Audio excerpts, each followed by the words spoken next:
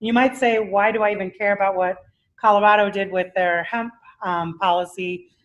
But as someone who was completely new to hemp about 18 months ago and was on the team to develop this policy, you'll quickly see that kind of how we developed the policy, number one, because we are the big state in the country, it's probably going to start influencing and dictating what the federal policies end up doing and changing and adapting to.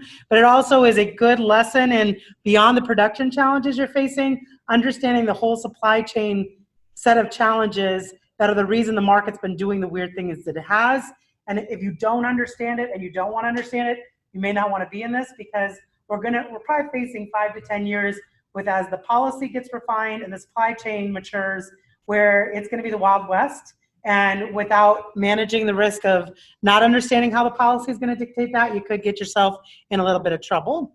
So we thought I'd give you a little overview of our CHAMP policy. This is just meant to show you that unlike most policy that's developed in the United States or in a state where there's a few legislators sitting around, this involved about 200 people who knew way more about hemp than the government did, and the government was smart enough to admit that.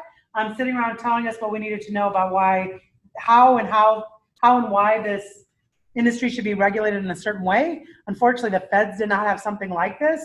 So I can honestly say, and I work at both the federal and state level, our state policy is and plan of attack is so much more refined and sophisticated than the federal, and that's going to make for a really weird situation.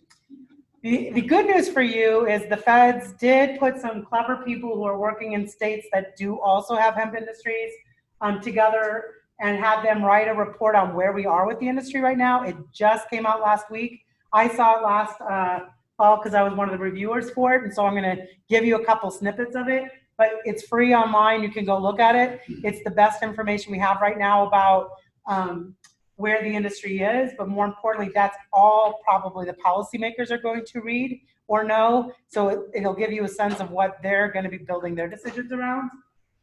One of the graphs from that kind of shows you how many years of history most states have. And as you can see, we're a handful of less than 10 states that really have any substantial history at all in growing this crop, including research.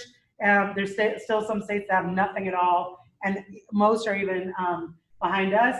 Wyoming is one of those that's a little bit behind, although I think there's also going to be some spillovers that even if there's a state in that region that's been doing it for a while, the industry is going to be kind of a regional industry probably. And so you guys may benefit, or not usually do you benefit by being near Colorado, but in this case you might. This shows you for those last 5 years, since, as Rick said, we've been able to do something, at least something in our state since 2014.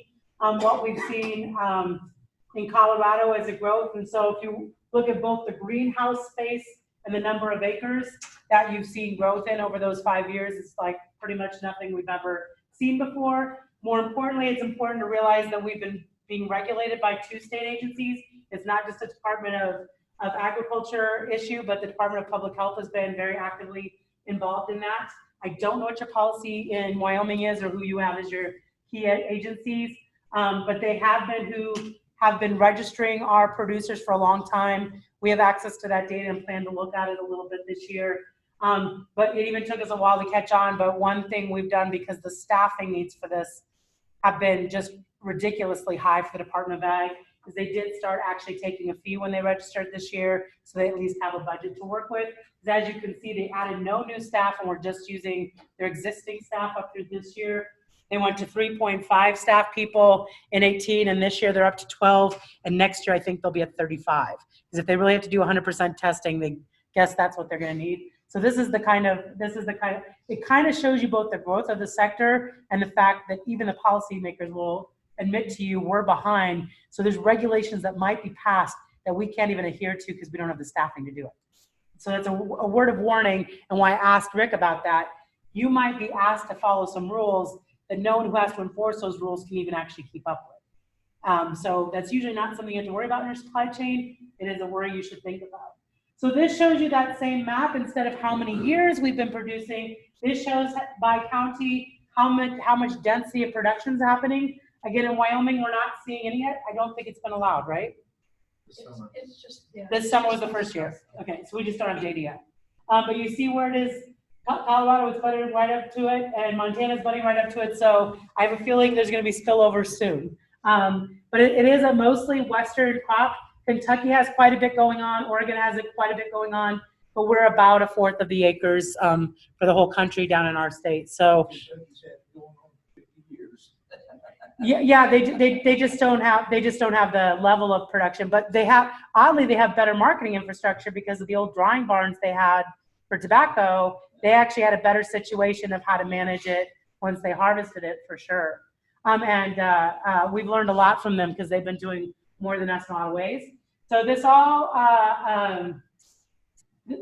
of course, was catalyzed, and Rick already covered it by the allowance that was made in the Farm Bill, and this goal for the states to come up with your state plan of action. And again, it's been very chicken eggish.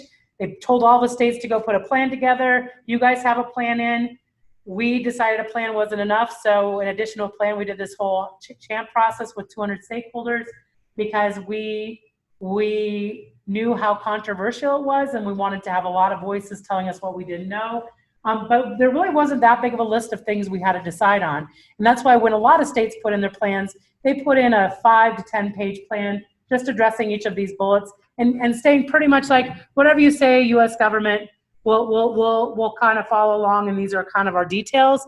Colorado felt we had people, the government or CSU were not ahead, but we had industry players who were saying what they even put out for guidance just doesn't make sense. So we need to do something more thoughtful than that. So the purpose of the CHAMP plan was to kind of establish the fact that since we have a fourth of the acres, we are the very, very dominant national leader in production so far, that we should put out a whole blueprint of not just what production standards should be or testing standards, but what the whole darn thing should look like, and then figure out how we position it. And really the goal ended up being, we already have a lot of industry and producers doing this. How do we not harm them?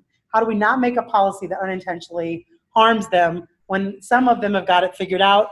But that was, of course, before this year when we even didn't realize how bad the market was going to be and how many people were losing how much money. So we had those goals even before we realized some harm has already been done. So when I talk about 200 stakeholders, we never had 200 people in a room. They broke up the supply chain by a bunch of pieces and had about 30 to 40 people per piece. And so you heard a lot from Rick about some things that were talked about in those first three sets of people. I'm one of the privileged people that got to sit in all the meetings. I didn't even understand until I sat through those meetings, the decisions and things happening up here totally influence things that are happening down here. So we can pretend this is really all we care about because we're producers. But if stuff up there gets mucked up, it's going to be pushed down to us because it's always pushed down to the farm gate level, including banking and insurance. I just didn't even understand there were farmers having trouble. I knew there were farmers having trouble getting insured because there's no way to build a policy right now. I had no idea it had caused banking challenges for producers as well. So those are the things we talked about how all of these pieces are influencing why we are and are not seeing prices stay high, why we are having people who don't even have a processor to go to. So what I would encourage you to do is, if you're gonna, like Rick said, there's a few things to think about before you go into this. In addition to thinking about the production issues, pick one or two pieces of the supply chain and get a little better educated about them. And make sure you understand anyone you're gonna do business with, what rules and what guidance they're working under, because just like we got very spoiled in agriculture. We had a very long lineage of having lots of people we grew up near and our farms were near, that we had social capital with and we just trusted. This is the Wild West. There is no known entities about anything. So you need to educate yourself if you're going to be in this space and understand what's going on. We also had 10 state agencies there. There's 10 state agencies touching the hemp industry. That is never good news for any industry, just so you know. It's a secret. But what I would say about them is they're very good people. I was listening to them in discussions, and with a couple exceptions, they were all thinking about, man, we can't do that. That's 2 more forms we're going to have producers doing. We cannot, and they'd all heard of the other 9 agencies talk about the 9 forms they were going to have to do. They were very thoughtful about how they could not be as ornery for you guys, but they still knew the reality was that if each of them was going to be responsible for making sure something was done right, and they were going to be accountable for it, they had to have a say in how it was going to go. And we could talk about that more in the questions and answers. So what we basically had as our initial deliverables is we were going to have an idea of how we would use this as an economic development tool, how we'd figure out how to have the fewest agencies touching your lives possible, so on and so forth. And we had to get that state plan in. And ours is going to be probably the longest state plan put in because we're ornery. What also happened though, and if you haven't heard this, we're trying to be champions, we're going to lose. But when the feds put out their guidance and people were very unhappy, we, and by we I mean our state commissioner of agriculture, our governor, and our attorney general, wrote a very long letter to USDA saying, after talking to 200 people who are industry leaders, these are 5 or 6 things that don't work. And if you don't change them, no one's state plan is going to work for them, and this industry is just going to fumble a bit. We got a nice letter back saying thank you, but this is what it is this year. So it looks like 2020 is going to be what their guidance is, including the testing protocols. And again, you saw the staffing I put up there. We have, in our state, we have 12 people working full time, and we got 25% of our fields tested. So, I mean, we're asking our state agencies to hire 50 new people at $75,000 a piece, and so that we can test every single field. And some of these things are just completely unworkable. So when you're talking about big government, oddly, it was a set of Democrats telling people this is going to make government too big. And the government still didn't listen. And so you are going to have every single field have to be tested. And as you heard, 15 days out. Well, what Rick was trying to tell you very subtly is if you don't know what your genetic stock is, and you don't know what day they're going to show up to pull your plants to test them, and then you don't know what part of their plant you're going to test, you don't know what your THC level is going to be. And the THC level has people mostly concerned because I guess there was some concern that maybe 1 or 2 bad players might use this as a way to work around not being a cannabis grower. Well, in a state like ours where cannabis is legal, it's really kind of challenging to worry about that. But for that same purpose, we had some people lose whole crops because their hemp went to 0.07. No one even knows where 0.03 came from. These are just a litany of the things that come up as how did we get to where we were? And we know it was people doing their best just to come up with a set of rules to get something going in 2014. We just don't have enough science to say how it should be better. So we're worried the feds have actually overbuilt a regulatory structure. We're worried about that for you guys because we would honestly tell you, this is why we would say only do 1, 2, 5, 10 acres, is they have made it riskier than it needed to be probably. Us economists always feel that way. We don't think the government should be doing quite as much as they do almost in any market. But in this case particularly, after learning what I've learned working with people who produce this and process this, let me just give you one example. So we harvest something that's 0.08 or 0.8, and it's a little high in THC count. Well, in any other processed product we had, if there was too much protein or too much moisture or too much of anything, we would use the processing step. And that's why we needed the processors at the table. We would use the processing step and say, well, before it becomes a consumer good or an animal feed or whatever you're going to use it for, just process it down to the percentage. And we would do the testing for any almost other product we have out there. We would test at the stage right before whoever the end buyer bought it at would get it. For some reason, they don't think that's appropriate for this product, but we don't know why. And I don't think it's, again, anyone having malintentions. I just think that there's a bunch of people who don't work with this sector, and I was one of those a year ago, even understanding what they're talking about. And not being willing to be like me and say, I didn't know what I was talking about.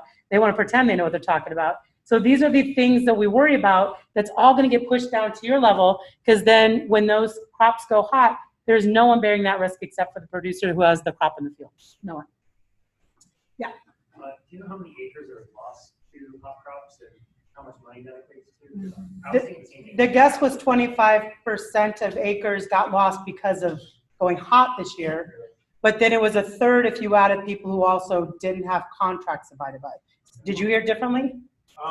When it was done at their education conference, it was actually between 22 and 25%. I think it was like 23% of what was tested went hot. And remember, only 25% of the fields were tested. I'm of Yes. course assuming those were So random. it's a blah, blah, blah kind of number. It's kind of you have to calculate it out.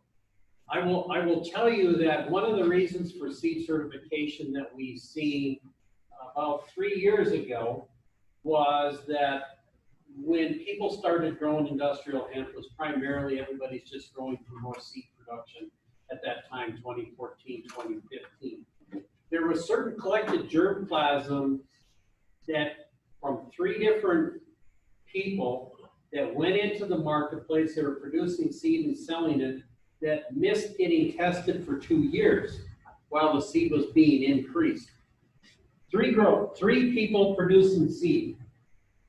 Those 3 produced enough seed, increased it over that time period that it amounted to 3,000 acres, because then they decided inadvertently we're going to check these people because we haven't checked them.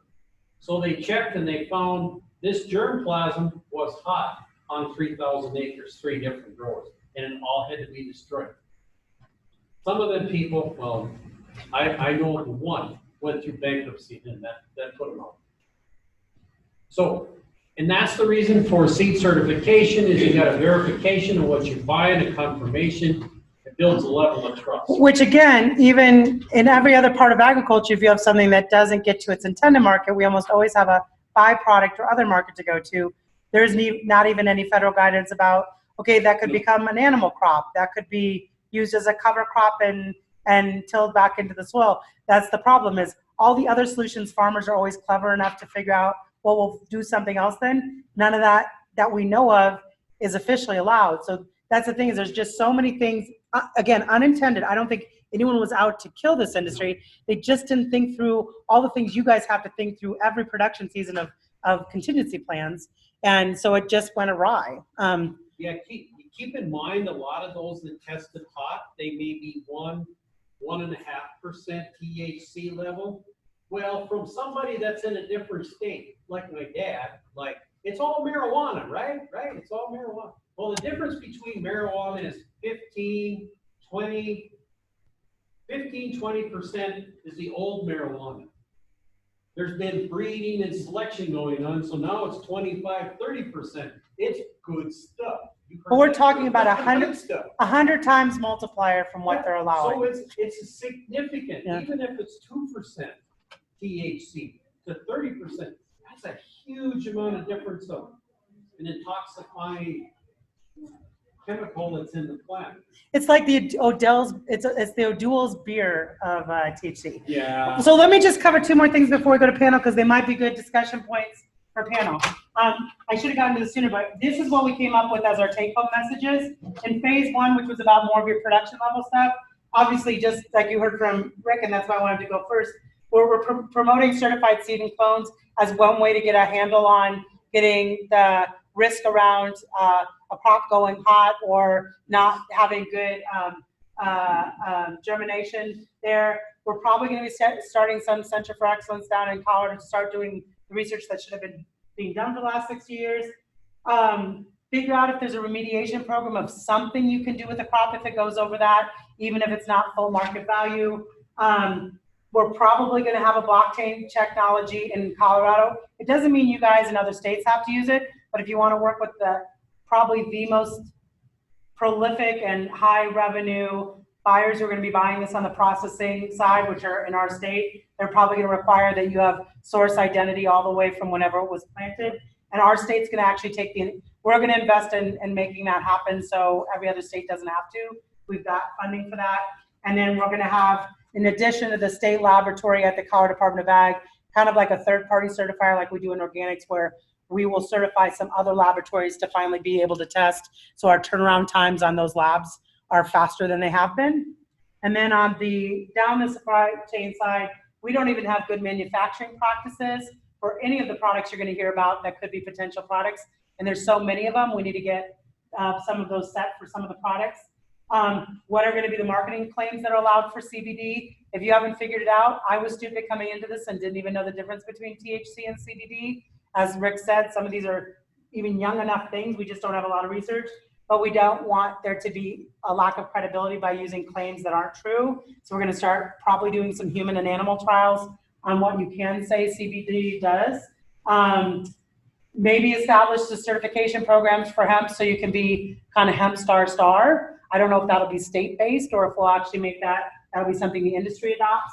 And then we're trying to figure out in our state that we imagine we're setting the tone for what other states will do, of some kind of data sharing platform that keeps the producers' data mostly private, but that shares enough of it that the banking industry can be assured that they're not going to have any regulatory problems. So it'd almost be like having a credit rating like you have when you go to get a home loan. We're going to try to establish something where a producer or a company in the supply chain would have a credit rating, so a banker or insurer who is thinking of covering them would know if there's any potential risk that they're facing working with that particular person. Because as Rick alluded to, there's been some pretty bad players that have emerged in this sector.